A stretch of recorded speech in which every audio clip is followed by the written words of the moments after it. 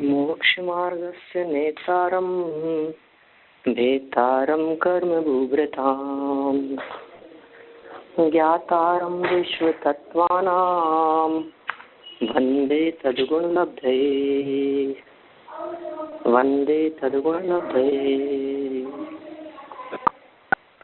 तत्वार्थ वार्तिक राजवार्तिक के आधार से दूसरे अध्याय के 9वें सूत्र तक की चर्चा कल हमने यहाँ अपेक्षित विस्तार से की है, जिसमें जीव का लक्षण उपयोग को बतलाया गया और यह कहा गया कि वह उपयोग दो भेद वाला है। मूल में है ज्ञानोपयोग और दर्शनोपयोग। ज्ञानोपयोग के 8 भेद हैं और दर्शनोपयोग के 4 भेद हैं। और ये ज्ञानोपयोग और दर्शनोपयोग कौन सी अवस्था में किस प्रकार का होता है, कौन सी अवस्था में किस प्रकार का, मतलब कि छद्मस्त अवस्था में इसकी क्या स्थिति बनती है और केवली अवस्था में या पूर्ण ज्ञान की अवस्था में उसकी क्या स्थिति बनती है, इसके संदर्भ में भी यहाँ थोड़ी बहुत अपनी चर्चा हुई थी। केवल ज्ञान और केवल दर्शन, ये दोनों ही उपयोग साथ साथ में होते हैं, युगपत होते हैं, जबकि छद्मस्त के दर्शनोपयोग और ज्ञानोपयोग में क्रम बतलाया गया है और वो क्रम भी सिर्फ इस अपेक्षा से है कि एक वस्तु को जानने में क्रम है। एक वस्तु की अपेक्षा से जिस वस्तु का दर्शनोपयोग होगा उसी वस्तु का ज्ञानोपयोग हो सकेगा। जिस वस्तु का दर्शनोपयोग ही नहीं हुआ है उस वस्तु का, उस पदार्थ का ज्ञानोपयोग भी नहीं होगा। अब यहाँ से चर्चा थोड़ी सी बदल रही है। जीव का लक्षण उपयोग बता दिया गया, उपयोग का अर्थ ज्ञान दर्शन कर दिया गया। इस प्रकार ज्ञान और दर्शन अर्थात जानना और देखना, यह जीव का लक्षण हो गया, जीव का स्वभाव हो गया। जाननहार और देखने वाला, ये जिसे जीव कहा गया है, यह मति ज्ञानोपयोग, श्रुत ज्ञानोपयोग, अवधि मने पर यह केवल कुमति, कुश्रुत, कुअवधि, चक्षु दर्शन, अचक्षु दर्शन, अवधि दर्शन और केवल दर्शन, इन रूपों वाला नहीं है। ज्ञान सामान्य, दर्शन सामान्य, किसी न किसी रूप में जाननपना जहाँ पाया जाए, चाहे वो मति ज्ञान रूप हो, चाहे श्रुत अवधि आदि रूप हो, किसी भी रूप में जहाँ जाननपना पाया जा रहा है, समझ लीजिए आप वो जीव का लक्षण है। जिस जीव का लक्षण यहाँ बतलाया है उस जीव के 2 भेद किए हैं मूल में। संसारिणो मुक्ताश्च, तत्वार्थ वार्तिक का 352 नंबर पेज है, 352। संसारिणो मुक्ताश्च, संसारिणो संसार और मुक्ताश्च और मुक्त भी। संसारी और मुक्त के भेद से जीव 2 प्रकार के हैं। माने दुनिया में जीवों को 2 प्रकार से विभाजित किया जा सकता है। एक तो वे जीव जो संसार में हैं, कर्मों के फल को भोगते हैं, सुख दुख के भोगता हैं, और दूसरे वे जो कर्मों से सदा सदा के लिए मुक्त हो गए हैं। मुक्त का अर्थ किस चीज से मुक्ति है, तो का कर्मों से मुक्ति, द्रव्य कर्म, भाव कर्म और नौ कर्म से मुक्ति, दुखों से मुक्ति। कई स्थानों पर कई आचार्यों ने दुख मुक्ति को ही मुक्ति कहा है। और कई आचार्यों ने कषाय मुक्ति के लिए मुक्ति शब्द का प्रयोग किया है। कषाय मुक्ति किल मुक्ति रेव। एक बहुत प्रसिद्ध न्याय के प्रकांड विद्वान आचार्य हुए हैं हेमचंद्र, नाम सुना है आप लोगों ने? हाँ सुना है। आचार्य हेमचंद्र, हरिभद्र, ये दोनों बहुत प्रकांड विद्वान श्वेतांबर आचार्य हुए, षट दर्शनों के ज्ञाता आचार्य। और उन्होंने बहुत मार्मिक इस तरह की पंक्ति लिखी मुक्ति के संदर्भ में, न श्वेतांबरत्वे न दिगंबरत्वे न तर्कवादे न च तत्ववादे न पक्षपाताश्रयेण मुक्ति कषाय मुक्ति किल मुक्तिरेव। बहुत सुंदर मार्मिक बात कह दी। मुक्ति किस अवस्था का नाम है, मुक्ति किससे मुक्ति की बात है। न श्वेतांबरपन से मुक्ति है न दिगंबरपन से, न श्वेतांबरत्वे न दिगंबरत्वे, न तर्कवादे न च तत्ववादे, और तर्कवाद से भी मुक्ति नहीं है और तत्ववाद से भी मुक्ति नहीं है। न तर्कवादे न च तत्ववादे, और न पक्षपाताश्रयेण मुक्ति, और पक्षपात के आश्रय से भी मुक्ति नहीं है। तो फिर किससे मुक्ति है कि कषाय मुक्ति का नाम ही एकमात्र मुक्ति है। कषाय मुक्ति को ही मुक्ति कहते हैं। यहाँ जो संसारिणो मुक्ताश्चर्य शब्द का प्रयोग किया है, माने एक प्रकार के जीव तो ऐसे हैं जो संसार दशा में हैं और दूसरे प्रकार के जीव ऐसे होते हैं जो संसार से मुक्त हो गए हैं। इस तरह से जीवों के दो भेद यहाँ किए गए हैं। समस्त जीवों को इन दो भागों में विभाजित किया जा सकता है, एक बंधन सहित आत्मा और एक अबंध निर्बंध आत्मा। निर्बंध आत्मा परमात्मा है, मुक्त आत्मा है, निर्मल आत्मा है, पवित्र आत्मा है, सिद्धालय में विराजमान आत्मा है। जो आत्मा एक बार मुक्त हो जाती है वे लौट करके कभी दोबारा संसार में नहीं आती, और जो मुक्त नहीं हुई है वे कभी मरती ही नहीं है, परिभ्रमण ही करती रहती है। यहाँ से एक भव छूटा और दूसरे भव में चले गए, वो छूटा और कहीं और चले गए। क्षेत्र बदलते रहना ये संसारियों का कार्य है, और एक ही क्षेत्र में जाकर के परमानेंट स्थिर हो जाना ये मुक्त जीवों का कार्य है। देखिए पहला दूसरा पॉइंट पेज नंबर 352 पर, अपने किए कर्मों से स्वयं पर्यायांतर को प्राप्त होना संसार है। संसार की क्या व्याख्या है, संसार किसे कहेंगे? अपने किए कर्मों से स्वयं पर्यायांतर को प्राप्त हो गए। कर्म हमने किए थे और हमने हमारे ही द्वारा किए गए कर्मों से पर्यायांतर, दूसरी पर्याय को प्राप्त हो जाना, कर्मों के फल में दूसरा जन्म धारण कर लेना, वो क्या कहलाता है? संसार। संसार है।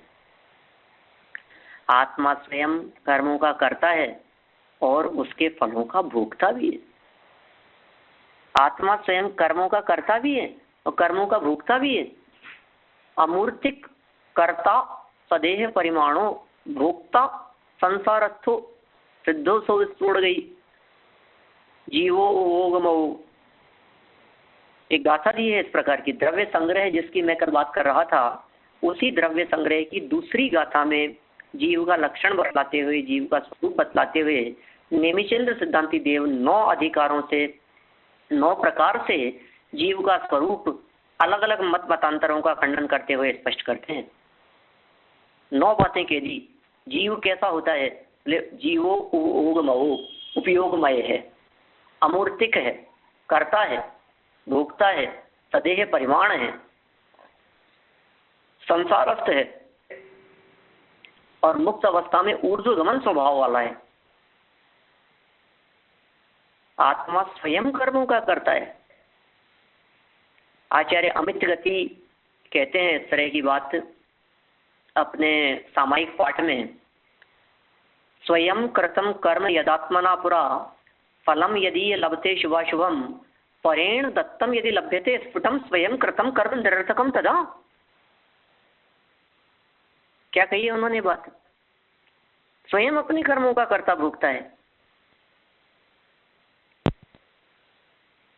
स्वयं कृतम कर्म यदात्मना, जिस आत्मा ने स्वयं ने जो कर्म किए हैं, फलम यदि ये लभते शुभाशुभम, उसको वही अपने द्वारा किए गए शुभ शुभ कर्म का फल मिलता ही मिलता है। और परेण दत्तम यदि लभ्यते स्फुटम, और पर के द्वारा देने से यदि कोई कर्म का फल मिले तो फिर स्वयं कृतम कर्म निरर्थकम तथा, स्वयं के द्वारा किए हुए कर्म निरर्थक हो जाएंगे। करे आप फल दे अन्य, तो स्वयं किए निष्फल होते। किया तो मैंने है और फल देने वाला कोई और है, तो फिर मेरे द्वारा किए गए कर्मों का क्या होगा? वो तो निष्फल हो जाएंगे, वो तो बेकार चले जाएंगे, उनका तो कोई आधार नहीं रहेगा। इसलिए यह आत्मा स्वयं ही अपने कर्मों का, कर्म माने कार्य, कर्म माने प्रवृत्ति, कर्म माने इसके द्वारा किया गया जो कुछ भी है उसे कहते हैं कर्म। कर्म का अर्थ यहाँ ज्ञानावरणादि कर्म ऐसा भी लिया जा सकता है, और कर्म का अर्थ कार्य भी लिया जा सकता है। यह आत्मा स्वयं अपने कर्मों का करता है, इसका मतलब अपने ही कार्यों का करता है। अपने कार्य का करता हम हैं, आपके कार्य के करता आप हैं। पुद्गल पुद्गल का करता है, चेतन चेतन का करता है, शरीर शरीर का करता है, आत्मा आत्मा का करता है। अपने कार्य का करता, मैं किसी दूसरे के कार्य का करता नहीं, मैं किसी दूसरे के कार्य को कर सकता नहीं। देखिए, जब ये बात अपने दिमाग में आ जाती है मैं किसी दूसरे के काम को कर ही नहीं सकता, तो फिर लोग कितनी भी प्रशंसा करते रहे, अरे साहब आपका तो बहुत सहयोग रहा, आपका तो क्या कहना, नहीं नहीं आपके सहयोग के बिना तो काम हो ही नहीं सकता था, आपका बहुत बहुत उपकार है, आपने इतना काम किया है हमारे लिए। किसने किसके लिए काम किया है? कौन किसका काम करता है? कोई किसी का काम नहीं करता, सब अपना अपना ही काम करते हैं। नहीं साहब इनका पद इन्होंने संभाल लिया, इनका पद इन्होंने संभाल लिया, सच बात है, इनका पद इन्होंने संभाल लिया। आपके क्लिंटन का पद ओबामा ने संभाल लिया, ऐसा ही हुआ ना? तो क्लिंटन का पद ओबामा ने संभाला है? नहीं, ऐसा नहीं है। क्यों? उसने अपना खुद का पद संभाला है भाई साहब, कोई किसी दूसरे के पद को संभालता ही नहीं है। ऋषभ देव के पद को अजितनाथ ने संभाला था क्या? क्या अजितनाथ के पद को संभवनाथ ने संभाला था? क्या अभिनंदन नाथ ने? सब अपना अपना, किसी का किसी से कोई लिंक नहीं, सब अपने अपने करता हैं, सब अपने अपने राग के करता हैं, सब अपने विकार के करता हैं, सब अपनी कषायों के करता हैं, सब अपनी अपनी परिणति के करता हैं, निज निज के करता हैं। अब स्वयं में भी बड़ा चक्कर है, स्वयं का स्वरूप ही नहीं समझता है। ये समझता है कि मैं भोजन करूंगा तो मैं मेरे भोजन का करता, मैं मेरे शरीर का करता, मैं तेरे उठने बैठने की क्रिया कर, तू उठता बैठता ही नहीं है, ये शरीर तेरा ही नहीं है, तो अपना करता है, अपने परिणाम का करता है। आत्मा स्वयं कर्मों का करता है, माने अपने परिणाम का करता है और उसके फल को भोगता है। जैसी परिणति इसकी होगी, राग रूप, विकार रूप, शुभ रूप के अशुभ रूप के शुद्ध रूप, जैसी इसकी परिणति होगी उसके ही फल को भोगता है। आत्मा द्रव्य कर्मों के फल को भोगता हो ऐसी तो बात होती नहीं है। बोलो। तो फिर आत्मा द्रव्य के फल को, बोलिए। आपने पहले बताया कि इधर दो हो सकता है, अपने कार्यों का भी करता और ज्ञानावरणी भी ले सकते हैं वगैरह, तो ऐसा बताया ना आपने? व्यवहार से है ना, हाँ। दोनों तरह की बातें है ना। अपने बाह्य कार्यों का कर्ता भी उपचार से कहा जाएगा। हम तो सब प्रकार के नए हैं हमारे पास में। जब हम उपचरित असद्भुत व्यवहार नए से बात करेंगे तो हम पर पदार्थों के कर्ता धर्ता कहेंगे, बिजनेस के कर्ता धर्ता कहेंगे, परिवार के कर्ता धर्ता कहेंगे, पुस्तक के पढ़ने वाले कहेंगे, पुस्तक को पढ़ाने वाले कहेंगे, पुस्तक के लिखने वाले कहेंगे। आचार्य कुंद कुंद को हम कहेंगे समय सार के कर्ता। बोलो, समय सार के कर्ता कौन? आचार्य कुंद। और मोक्ष मार्ग प्रकाशक के कर्ता कौन? ये पंडित टोडरमल जी। और राजवार्तिक के कर्ता कौन? कि आचार्य अकलंक देव। और तत्वार सूत्र के कर्ता कौन? कि उमा स्वामी। सच बताओ, उमा स्वामी तत्वार सूत्र के कर्ता है, आचार्य कुंद समय सार के कर्ता है?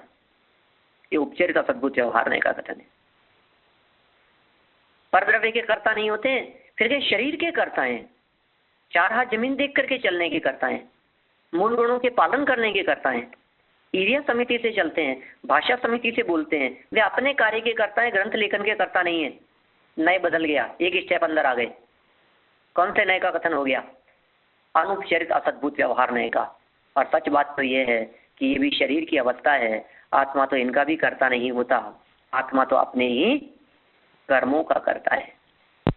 ये भी अनुपचरित असद्भुत व्यवहार नए का विषय। द्रव्य कर्मों का कर्ता, ज्ञानावरणी आदि कर्मों का कर्ता। देखा, वे भी पुद्गल परमाणु हैं, ये पुद्गल हैं, ये आत्मा पुद्गल का कर्ता नहीं है, ये तो चेतन का कर्ता है, तो रागादि विकारी भावों का कर्ता कहा जाता है। वो इसकी निजी पर्याय है। स्वयं का कर्ता और उनके फलों का भोक्ता। अब उनके फल में भी जो रागादि परिणाम जिस समय किए गए, तत्समय के रागादि परिणामों का तत्काल भोगता है, उसी समय अपने उन परिणामों को भोगने वाला है, उन रागादि परिणामों को। जिस भविष्य में देखो अभी हमने परिणाम किए, उन परिणामों से कर्म बंधेंगे, कर्म बंध करके उनमें अबाधा काल, स्थिति, अनुभाग आदि पड़े जो भी है, फिर उसका निषेध रचना के माध्यम से अबाधा काल पूरा हो जाने के बाद वो कर्म फिर उदय में आएगा, फिर उसका फल मिलेगा, भोगेगा। ये सब लंबी बातें हैं, बात की बातें हैं। भविष्य किसने देखा? हम तो कहते तुमने राग परिणाम किया और राग का फल भोग लिया, हमने कषाय भाव किया और कषाय का फल मिल गया, हमने गुस्सा किया और क्रोध करने पर जो चित्त की बेचैनी है, जो चित्त में आकुलता है, वो उसका फल है। शुभ कर्मों का फल विषय भोग, भोगों में मानस रमा रहा, नित नई लालसाएं जागी तन में हो उनमें, निरंतर उसी उसमें। शुभ कर्मों का फल विषय भोग, बोलो, ये सब कर्मों का फल, आकुलता उनका फल पाया, ऐसी पंक्ति है ना। हमने जो कर्म किए उसका फल क्या मिला हमारे को? आकुलता ही मिल गया उसका फल। इन सब कर्म बंधेंगे, अनुकूल प्रतिकूल परिस्थितियां होगी। अरे कौन सी परिस्थितियां और कौन सी अनुकूल प्रतिकूलता? अभी तो तत्काल फल की बात है। धर्म का फल और कर्म का फल दोनों ही करंट होता है। यहाँ उधार का काम नहीं है, हमारे यहाँ उधार का धंधा नहीं है, उधार का काम अच्छा भी नहीं होता, सब करंट, तुरंत। इधर परिणाम का, वर्तमान का फल भविष्य में मिले, हर पर्याय अपना फल भोगती है, हर पर्याय कर्म, हर पर्याय कर्म है और उसको भोगने वाला चेतन वो तुरंत उस समय सदाकाल मौजूद रहता है। कर्मों से ये आत्मा बंधा भी है, कर्मों को करता भी है। कर्म माने चेतन के विकारी परिणाम, उनका ये करता भी है और उनके फलों का ये भोगता भी है, उसको भोगने वाला भी है। सांख्य का ये मत कि प्रकृति करती है और पुरुष फल भोगता है, नितांत असंगत है। बोलो, सांख्य दर्शन वाले क्या कहते हैं? प्रकृति करती है। काम कौन कर रहा है? ये काम तो प्रकृति करना धरना है, पुरुष तो करता है। पुरुष क्या करता है? पुरुष मतलब आत्मा। सांख्य नाम का एक ऐसा संप्रदाय है जो संप्रदाय आत्मा को अकर्ता कहता है, अभोक्ता कहता है, अलिप्त कहता है, शुद्ध कहता है, अविनाशी, अरूपी, निष्कलंक, ध्रुव, अजर अमर, विकार रहित, कर्म कालिमा रहित, कर्ता धर्तापन से रहित, नित्य, ध्रुव, कुटस्थ, एक रूप रहने वाला, अपरिणामी, ऐसा मानता है। सांख्य दर्शन वाले पुरुष के संदर्भ में। और फिर साहब ये जो उथल पुथल जो हो रही है कौन करता है? वही तो प्रकृतियों के काम है। पुरुष और प्रकृति ये दो मूल तत्व कहते हैं उनके यहाँ। और फिर प्रकृति से 24 तत्व की उत्पत्ति मानते हैं, पुरुष को पृथक मानते हैं। प्रकृति और पुरुष के मिलाप को संसार कहते हैं और प्रकृति और पुरुष के भिन्न भिन्न हो जाने को ही मुक्ति कहते हैं। ये सांख्य दर्शन वालों की इस प्रकार की मान्यता है। इसलिए आचार्य कुंद कुंद स्वामी ने समय सार में लास्ट अंतिम सर्वविशुद्ध ज्ञान अधिकार में बहुत सारी गाथाएं ऐसी दी। प्रकृति करती है, कर्म करता है, यदि ऐसे मानते हो आप तो आपकी यह मान्यता सांख्य मतावलंबियों जैसी मान्यता हो जाएगी। ये नितांत असत्य है। करे कोई और फल भोगे कोई, ऐसा थोड़ी ना होता है। अन्य मतावलंबी तो ऐसा भी मानते हैं, अरे साहब हमारे पूर्वजों ने जो गलत काम किए हैं उनके फल हमारे को भोगने पड़ रहे हैं। अरे साहब हमारे पूर्वजों ने कोई अच्छे काम किए थे, उसी का फल मिल रहा है साहब आज हमारे को। उनके द्वारा किए गए अच्छे कर्मों का फल आपको मिल रहा है, उनके खोटे कर्मों की सजा आप भुगत रहे हो। कैसी कैसी मिथ्या मान्यता रहती है जगत में। एक दो नहीं, सैकड़ों लोग मिल जाएंगे इस तरह के, इस प्रकार का कथन करने वाले, जो इस प्रकार की बातें कहते होंगे, जो ये कहते हैं हम इसमें क्या किया तो उन्होंने था, फल हमारे को भोगना पड़ रहा है। भाई साहब हर व्यक्ति अपने अपने कर्मों का फल भोगता है, किसी के कर्म का फल किसी और को नहीं मिलता। करे आप फल मिले अन्य को, करे आप फल दे अन्य, स्वयं के किए हुए का होगा क्या? फिर हमारा द्वारा किए गए कर्मों का क्या होगा? हमारे द्वारा किए गए कर्म तो बेकार ही हो जाएंगे, हमारे द्वारा किए गए कर्म तो निरर्थक चले जाएंगे। इसलिए यही मानना योग्य है, जो करेगा वही भरेगा, जैसा करेगा वैसा भरेगा। भरेगा मतलब भुगतेगा। हमने जो किया है उसका फल हमें ही भोगना पड़ेगा। आप जो कर रहे हैं उसका फल आपको ही भोगना पड़ेगा। तो इन्होंने कहा सांख्य का यह मत कि प्रकृति कर्त्री है और पुरुष फल भोगता है नितांत असंगत है, क्योंकि अचेतन प्रकृति में घटादि की तरह पुण्य पाप की कर्तृता नहीं आ सकती। क्या कह रहे हैं? अचेतन प्रकृति में, प्रकृति अचेतन है किस तरह से? घट आदि की तरह, घट पट घड़ी महल मकान घड़ा बर्तन कपड़े जेवर गहने, इनके समान ही प्रकृति भी अचेतन है। तो पुण्य पाप की कर्तृता नहीं आ सकती इनमें। घड़ा पुण्य का कर्ता नहीं है, महल मकान पुण्य पाप के कर्ता नहीं है। तो जिस तरह से महल मकान घर बार आदि पुण्य पाप के कर्ता नहीं है क्योंकि वे अचेतन है, ठीक उसी प्रकार कर्म प्रकृतियां भी तो अचेतन है, उनके भी पुण्य पाप का कर्तापना नहीं हो सकता। अचेतन प्रकृति में घटादि की तरह पुण्य पाप की कर्तृता नहीं आ सकती, यानी पुण्य पाप का कर्तापन उनमें नहीं हो सकता।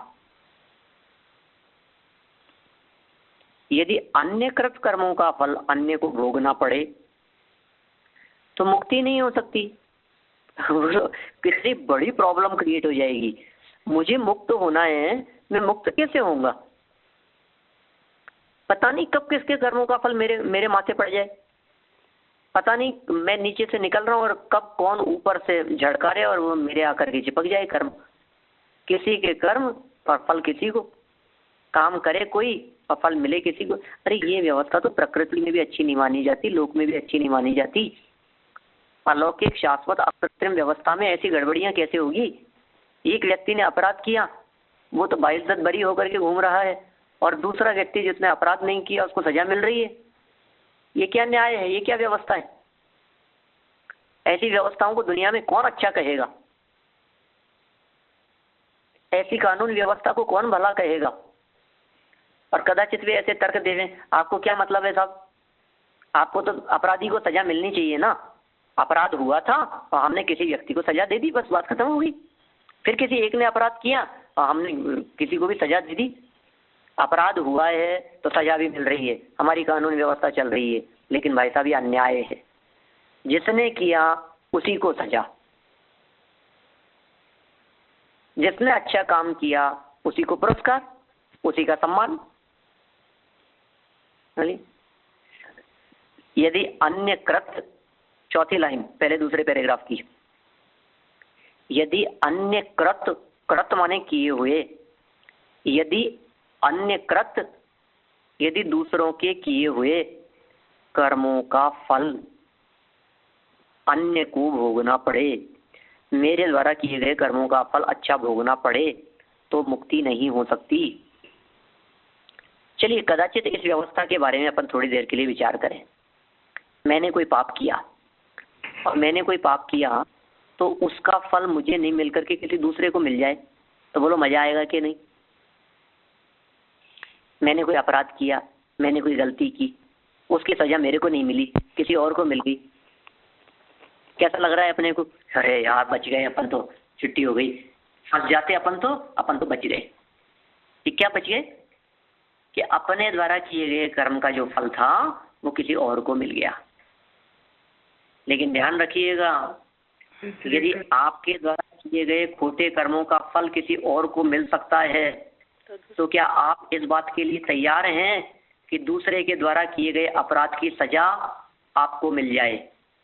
तैयार हैं आप इसके लिए? नहीं, मैं क्यों भोगूंगा भैया, क्या बात करते हो, मैं क्यों कर्म का फल भोगूंगा, गलती उसने की, मुझे सजा क्यों मिलेगी? बस बस बस, हम यही सुनना चाहते थे। आप यदि किसी दूसरे के पाप कर्म के फल को भोगने के लिए तैयार नहीं है, तो कोई दूसरा व्यक्ति आपके द्वारा किए गए पाप कर्म के फल को क्यों भोगे? स्वयं को ही भोगना पड़ेगा। स्वयं किए जो कर्म शुभाशुभ, फल निश्चय ही वे देते, करे आप फल देय अन्य तो स्वयं किए निष्फल होते। सामयिक पाठ का पद्यानुवाद है। स्वयं किए जो कर्म शुभाशुभ, हमारे द्वारा किए गए जो शुभ और अशुभ कर्म है, फल निश्चय ही वे देते, निश्चय ही वे फल देते हैं। तो करे आप फल दे अन्य तो स्वयं किए निष्फल होते। करे आप, किया तो आपने, तो फल दे अन्य, और फल देने वाला कोई दूसरा होगा, फैसला सुनाने वाला कोई दूसरा होगा, वो अपने हिसाब से फैसला सुनाएगा कि नहीं नहीं, तो स्वयं किए बेकार हो गए, फिर हमारी सारी मेहनत पे पानी फिर गया। तो काहे को हमने मेहनत की काम करने के लिए, फिर तो हम जो फल दे रहा है उस व्यक्ति की खुशामद करते तो अच्छा फल वैसे ही मिल जाता हमारे को। हम एग्जाम में पेपर लिखने वाले और नंबर देने वाले मास्टर जी, और वो अपनी मर्जी से नंबर देते हैं, हमारे लिखने से नहीं, तो फिर पढ़ाई कौन करेगा? फिर तो उनकी सेवा करो।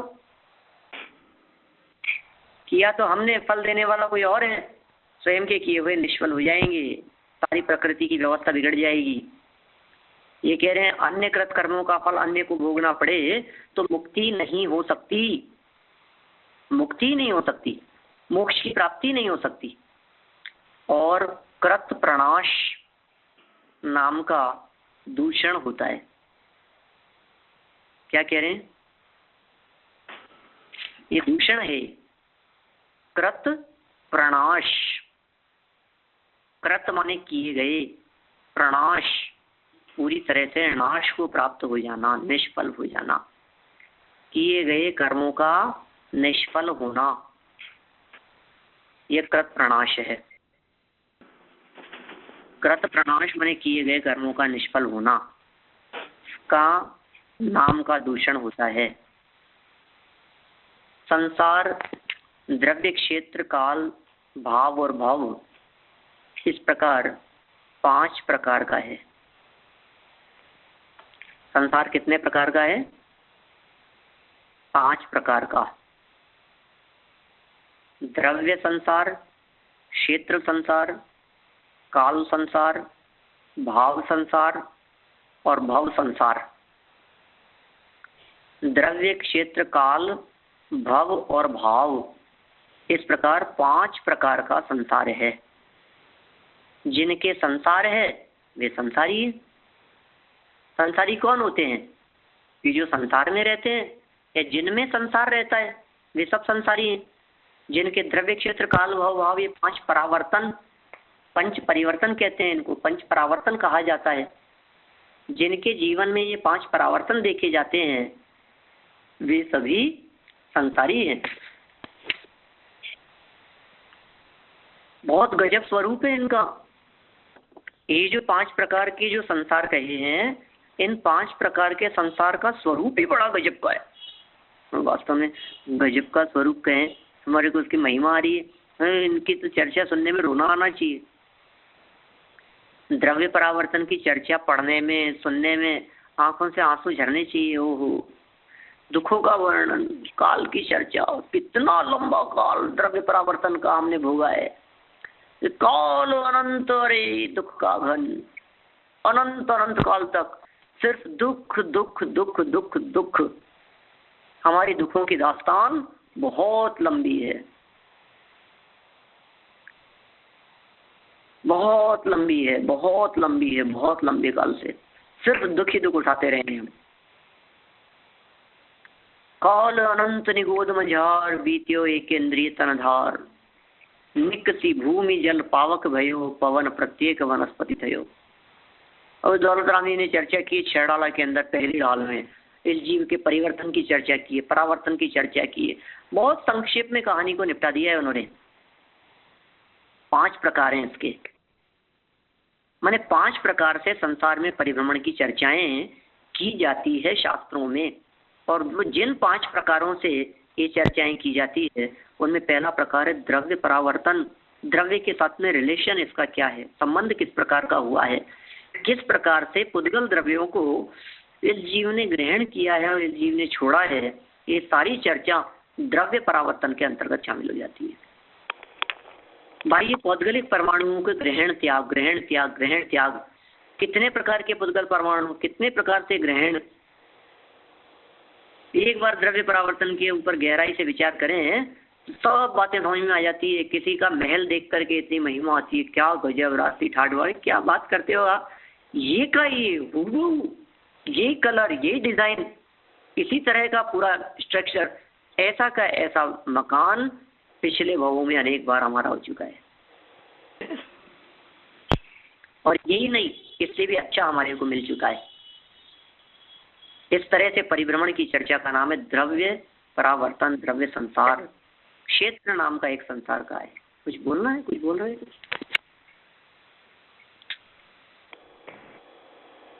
क्षेत्र संसार, क्षेत्र संसार क्या चीज है? बहुत संक्षेप में 2-2 मिनट में बतलाता हूँ आपको, एक 2-2 मिनट में। पंडित जी, हाँ, ये 5 परावर्तन का हम थोड़ा डिटेल ले सकते हैं? मैं तो खूब ले सकता हूँ। 5 परावर्तन तो मैंने महीनों चलाया है हमारे दैनिक सभा में। हाँ, वही आप अभी बता रहे थे ना 2-2 मिनट का, तो सोचा कि थोड़ा ये सब्जेक्ट भी वैसे वैराग्य उत्पन्न करने वाला है, तो थोड़ा उसका डिटेल में अगर कर सके तो। देखो, थोड़ी बहुत तो चर्चा करते हैं, फिर भाव होगा तो कभी अलग से और लेंगे उस प्रकरण को। संक्षेप में समझ में आ जाएगा। वास्तव में जितना चिंतन करो उतना है बात। हाँ। क्षेत्र परावर्तन किसका नाम है? इस संपूर्ण लोकाकाश के प्रत्येक प्रदेश पर इस जीव का जन्म और मरण हुए, उसका नाम क्षेत्र परावर्तन है। कौन कौन से क्षेत्र परावर्तन की चर्चाएं करते हैं हम? ऐसा लगता है ना हमारे को, कौन से क्षेत्र में, कौन से क्षेत्र में। ये क्षेत्र तो बहुत अच्छा है रहने के लिए। भारत क्षेत्र अच्छा है कि विदेश क्षेत्र अच्छा है? कर्म भूमि का क्षेत्र अच्छा है कि भोग भूमि का क्षेत्र अच्छा है? हिंदुस्तान का क्षेत्र अच्छा है कि अमेरिका का क्षेत्र अच्छा है? कहाँ कहाँ कौन कौन से क्षेत्र में ये जीव सुख की कल्पना करता रहता है? यहाँ कह रहे हैं दुनिया में ऐसा कोई क्षेत्र ही नहीं है जिस क्षेत्र पर तेरा जन्म मरण नहीं हुआ। इसको पर क्षेत्र में घूमने की बड़ी महिमा आती है। अरे साहब, आप कौन कौन से देश में घूम करके आए, आप कहाँ कहाँ गए हुए हैं? आप तो खूब घूमे होंगे, इतने सालों से घूम रहे हो। शायद ही कोई तीर्थ क्षेत्र बचा हो जहाँ आप नहीं गए हो। कितने गांवों में, कितने शहरों में, कहाँ कहाँ, सब जगह पर घूमते घूमते तो भवन में जी भर घूम चुका, कण कण को जी भर भर देखा, मृग सम मृग तृष्णा के पीछे, मुझको न मिली सुख की रेखा, भवन में जी भर घूम चुका। खूब घूम चुका मैं, संसार में खूब घूम चुका, जी भर के घूम चुका। जी भर के घूमने का मतलब जानते हैं आप क्या होता है? किसे कहते हैं जी भर के घूमना? भवन में जी भर कर के घूमने का अर्थ ये है, जैसे मैं आपको उदाहरण दूं, आपका जन्म जिस नगर में हुआ हो, जिस बाजार क्षेत्र मोहल्ले के आप रहने वाले हो, उस जगह के बारे में कोई व्यक्ति आपको ये कहे, आप जानते हो? आप घूमे हो वहाँ कहीं कभी? कोई व्यक्ति मेरे से ये बात कहे, ये पंडित जी आपने जयपुर में जौहरी बाजार देखा है, बड़ा मंदिर देखा है आपने? आप गए हो कभी वहाँ? मैं कहूँ तुम क्या बात करते हो, मेरी जिंदगी बड़े मंदिर में निकल गई, मेरी जिंदगी जौहरी बाजार में निकली है, मेरा जन्म वहाँ हुआ है। जयपुर हमारी जन्म स्थली है, हम जयपुर में पैदा हुए हैं। आप जयपुर घूमने की बात करते हो? जयपुर का हर गली मोहल्ला बाजार सब जानते हैं हम। आप बताओ क्या बात करनी है जयपुर के बारे में? अरे जिस जगह पर हमारा जन्म हुआ हो, उस चीज से बढ़कर, उस जगह से बढ़कर परिचित जगह हमारे लिए और कौन सी हो सकती है? तो भववन में जी भर के घूम चुका, इसका मतलब भववन में, संसार समुद्र में, तीन लोक में, लोकाकाश में, लोकाकाश के प्रत्येक प्रदेश पर ऐसी कोई जगह नहीं है जिस जगह पर मेरा जन्म नहीं हुआ हो, जो जगह मेरी जन्म स्थली नहीं रही हो। आप घूमने की बात कर रहे हैं, कहाँ नहीं घूमा मैं? और उनकी क्या बात करें हम तो साक्षात सिद्धालय, सिद्धशिला, सिद्धों के बीच में भी हम जाकर के वापस लौट करके आ गए। कहाँ नहीं गए हम, कहाँ नहीं रहे हम? खूब घूमे हैं, खूब भटके हैं, लेकिन फिर भी कहीं सुख नहीं मिला, किसी क्षेत्र में सुख नहीं मिला हमारे को। क्योंकि वास्तव में पर क्षेत्र में सुख नहीं है, सुख तो स्व क्षेत्र में है, अपने क्षेत्र में, जड़ क्षेत्र में नहीं है, जगत में, किसी दुनिया में नहीं है, किसी नगर में नहीं है, किसी तीर्थ क्षेत्र पर नहीं है, किसी मंदिर मठ मस्जिद आदि में नहीं है, किसी देरासर में नहीं है। कौन सा क्षेत्र हमारे लिए सुखकारी है? अपना क्षेत्र, स्व क्षेत्र। सब लोगों को विदेश क्षेत्र की बहुत महिमा आती है, मैं जानता हूँ। विदेश क्षेत्र का नाम सुनते ही लोगों के मुंह में पानी आने लगता है। विदेश क्षेत्र की चर्चा तो ऐसी लगती है जैसे चित्त को आकर्षित करने वाली, चित्त को रोमांचित करने वाली। हम कह रहे हैं विदेश क्षेत्र की कौन सी नगरी ऐसी है जहाँ जन्म नहीं हुआ? कौन से गली मोहल्ला है जहाँ जन्म नहीं हुआ हो आपका? एक एक प्रदेश माने इतना सूक्ष्म क्षेत्र, हमारे छद्मस के ज्ञान का विषय नहीं है। प्रदेश, एक सुई की नोक, एक सुई को टच कीजिए आप धरातल पर, हम कह रहे हैं उस धरातल के हिस्से पर असंख्यात प्रदेश हैं, और उन असंख्यात प्रदेशों में से प्रत्येक प्रदेश पर हमारा जन्म हुआ है। किसकी बात करें हम? जब हम ऐसी बात करते हैं, जब हम इस क्षेत्र परावर्तन की चर्चा करते हैं, तो जगत की बाह्य वस्तुओं के प्रति जो हमारा आकर्षण है, बाह्य क्षेत्र के प्रति जो हमारा आकर्षण है, जगह के प्रति जो हमारा आकर्षण है, और जगह को गंदा देख करके, खराब देख करके, हीन देख करके जो नाक मुंह सिकोड़ने की जो हमारी दशा होती है, कहते हैं भाई साहब जन्मस्थली है। किसी जगह पर बम्बई की कहीं झोपड़पट्टियों में, अजमेर की कहीं गलियों में, ऐसे गंदे रास्तों में, जिन जगहों को देख करके, बूचड़खानों को, इन जगहों को देख करके, है कसाई मोहल्ला जहाँ है, ऐसी जगह को देख करके अपनी नाक मुंह ऐसा बंद कर लो। अरे राम, कितनी गंदी जगह, कैसे रहते हैं लोग, कितना बदबू सड़ता है यहाँ पर, कैसे कैसे।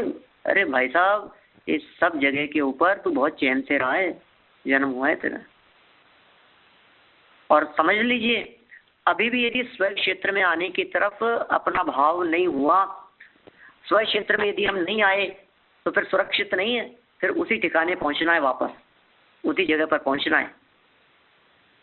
जिस जगह से हमारे को गुजरना पसंद नहीं है, जिस जगह से आना जाना पसंद नहीं है, वहां भी बहुत बार जन्म हुआ है, इसलिए उससे घृणा करने योग्य नहीं है। और जो जगह हमारे को आकर्षक लग रही है, जो रहने योग्य जगह लग रही है हमारे को, जो हमारे चित्त को आकर्षित करते हैं, ऐसे स्थान, बहुत लोग कहते हैं अरे पंडित जी साहब, एक मन ऐसा है कि जयपुर में ही आकर के थोड़े दिन बस जाए, एक फ्लैट जयपुर में ले लें, ऐसा मन हो रहा है हमारा। एक प्रश्न है पंडित जी। हाँ बोलिए। ये क्षेत्र का क्या रिपीट हो सकता है? लाइक जयपुर में एक बार हुए तो फिर से भी जयपुर में कभी पंच परावर्तन जो पूरा हो गया उसके बाद फिर से उसी जगह होता ही रहता है। अच्छा, एक एक प्रदेश के ऊपर इस जीव ने अनंत अनंत बार जन्म लिया है, अनंत पंच परावर्तन बीत गए। अच्छा, एक दो नहीं, अनंत पंच परावर्तन बीत गए, क्योंकि काल अनंत है ना। काल कब रुक गया है, कब जीव नया पैदा हुआ था, इससे पहले, उससे पहले, उससे पहले, उससे पहले। क्षेत्र तो लिमिटेड है, 343 घन राजू प्रमाण है लोकाकाश का क्षेत्र, 343 घन राजू, 343 घन राजू प्रमाण क्षेत्र है। और उसमें जन्म कितने लिए हैं इसने? अनंत अनंत अनंत अनंत अनंत अनंत अनंत अनंत अनंत। फिर उससे पहले भी अनंत, उससे पहले भी अनंत ले चुका था। अंत ही नहीं है, शुरुआत ही नहीं है। जीव काल अनादि है। ऐसे योग सार की चौथी गाथा के अंदर बहुत सुंदर प्रकरण दिया है योगेंद्र देव ने।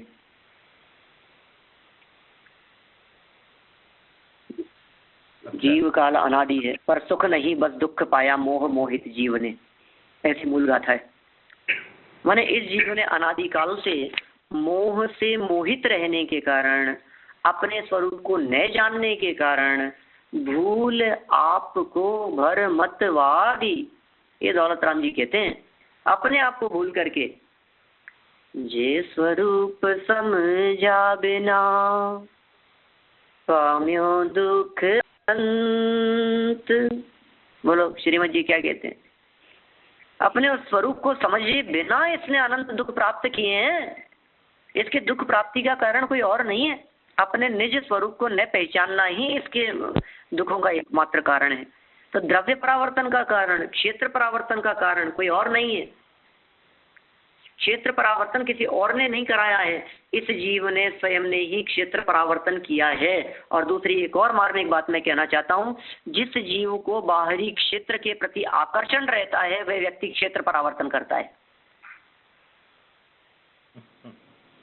पंडित जी, हाँ, ये सब 5 परावर्तन वो साथ में ही चलते हैं ना? ये सब चलते हैं, सब साथ में, बिल्कुल सब साथ में चलते हैं। 5 परावर्तन युगपत चल रहे हैं, किंतु जब भाव परावर्तन पूरा होता है तब तक भाव परावर्तन अनंत हो चुके होते हैं। नहीं, जब भाव परावर्तन पूरा होता है तब तक भाव परावर्तन अनंत हो चुके होते हैं।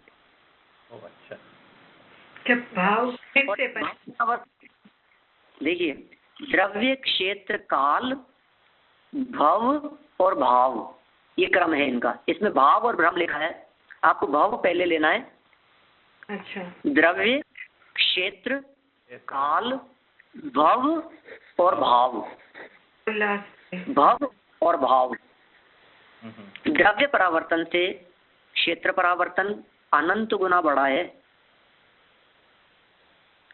क्षेत्र परावर्तन से काल परावर्तन अनंत गुना बढ़ा है, काल परावर्तन से भव परावर्तन अनंत गुना बढ़ा है, और भव परावर्तन से भाव परावर्तन अनंत गुना बढ़ा है। सबसे बड़ा ऐसा भाव, स्वरूप है, सबसे बड़ा भाव परावर्तन। भाव परावर्तन। क्रम का कारण यही है जो आपने बताया। ये नहीं, ये परावर्तन दुख का कारण नहीं है ना, ये तो हम कह रहे हैं नहीं, हम दुख की बात नहीं कर रहे हैं। जिस तरह से हाँ। ये जो सीक्वेंस बताया ना, क्षेत्र परावर्तन, हाँ। उसके बाद काल परावर्तन, भाव हाँ जी। परावर्तन और भाव परावर्तन, तो वो जिस तरह से हाँ। हम लोग पहले भाव लेते थे ना, जिस तरह छायोपमिक भाव और सब, तो इनका जो सीक्वेंस आपने बताया है, तो ये हाँ, इसी हाँ। इसी सीक्वेंस में पूरे होते हैं, पूर्णता को प्राप्त होते हैं। और पूर्णता को प्राप्त होते हैं। अच्छा, होते तो पांचों एक साथ हैं। अभी हमारे द्रव्य भी है, क्षेत्र भी है, काल भी है, भाव सब चल रहे हैं अभी वर्तमान में। अच्छा। लेकिन द्रव्य परावर्तन अनंत पूरे हो जाएंगे तब जाके एक क्षेत्र परावर्तन पूरा होगा। क्षेत्र परावर्तन भी जब अनंत पूरे हो जाएंगे तब जाके एक काल परावर्तन पूरा होगा। काल परावर्तन अनंत पूरे हो जाएंगे तब एक भाव परावर्तन पूरा होगा, और अनंत भाव परावर्तन पूरे होंगे तब एक भाव परावर्तन पूरा होगा। उदाहरण के तौर पर मैं इन्हीं सब चीजों को समझाने के लिए आपसे कहूं कि आज डेट कौन सी है? 27 फेब, 27 फरवरी है ना आज। और डे कौन सा है आज? Tuesday, Wednesday. अमेरिका में बुधवार है, वेडनेसडे। कैसे होगा? जो हमारे तो होगा, आपके मॉर्निंग है, हमारे इवनिंग है, और क्या है। हाँ, बराबर। चलिए, हम ये कह रहे हैं कि दिन, तारीख, समय, सेकंड, मिनट, घंटे, ये सब एट ए टाइम एक साथ चल रहे हैं कि नहीं? हाँ। लेकिन सेकंड सबसे पहले पूरा हो जाता है, हाँ, मिनट उसके बाद में पूरा होता है, घंटे उसके बाद में पूरे होते हैं, और दिन उसके भी बाद में पूरा होता है। लेकिन कौन से समय दिन बंद हो गया? सब एक साथ चल रहे हैं, टाइम सब एक साथ चल रहा है। हाँ, हाँ। है ना? हाँ, बराबर। इसी तरह से द्रव्य, क्षेत्र, काल, भाव और भाव ये सब युगपत चल रहे हैं, लेकिन पूरे होने में इनमें फर्क पड़ता है। ये अपने द्रव्य और क्षेत्र के संदर्भ में थोड़ी बहुत यहाँ बात की है। अपना समय आज का हो गया है, और कल अपन इस चर्चा को थोड़ा और आगे बढ़ाएंगे और थोड़ी बहुत अपेक्षित विस्तार से इसकी चर्चा करेंगे। जनवाणी। जावाणी के ज्ञान ते तुझे लोकालोक, ओ वाणी मस्तक नमो, सदा देत हूँ लोक, सदा देत हूँ।